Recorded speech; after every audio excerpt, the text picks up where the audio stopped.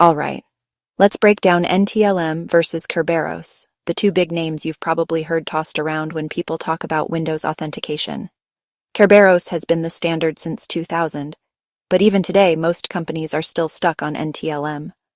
Let's see why that's a problem. Here's how NTLM works. You ask the server to log in, it gives you a random challenge.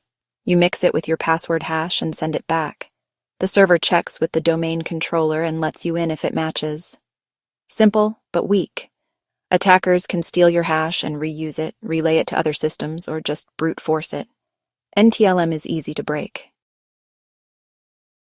Kerberos fixes this with tickets.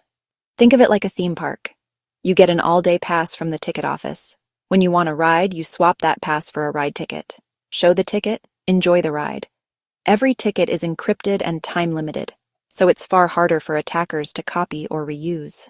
Kerberos even supports delegation, letting apps act on your behalf in a controlled way. Here's where Kerberos really shines. Imagine logging into a web app that needs to pull data from a database as you.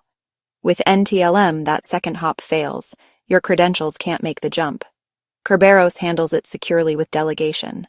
That's why modern apps like SharePoint, Power BI, and Exchange all rely on Kerberos. If you want to see what's happening, check your Windows Event Logs. Successful logons show up as 4,624. Failures as 4,625.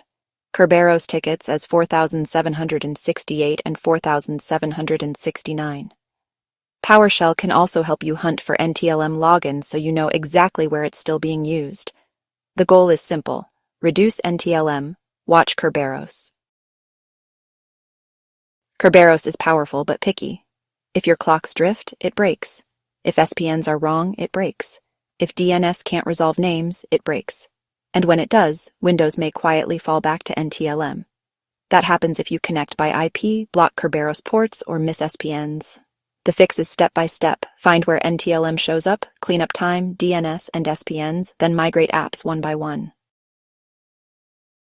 Side by side, NTLM is ancient. Weak hashes, no server verification, no ticket expiry. Kerberos uses AES 256, verifies both sides, and limits ticket lifetimes.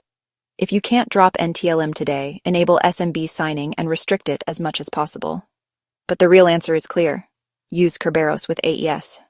Thanks for hanging out with me, and don't forget to hit subscribe for more tech breakdowns. See you next time.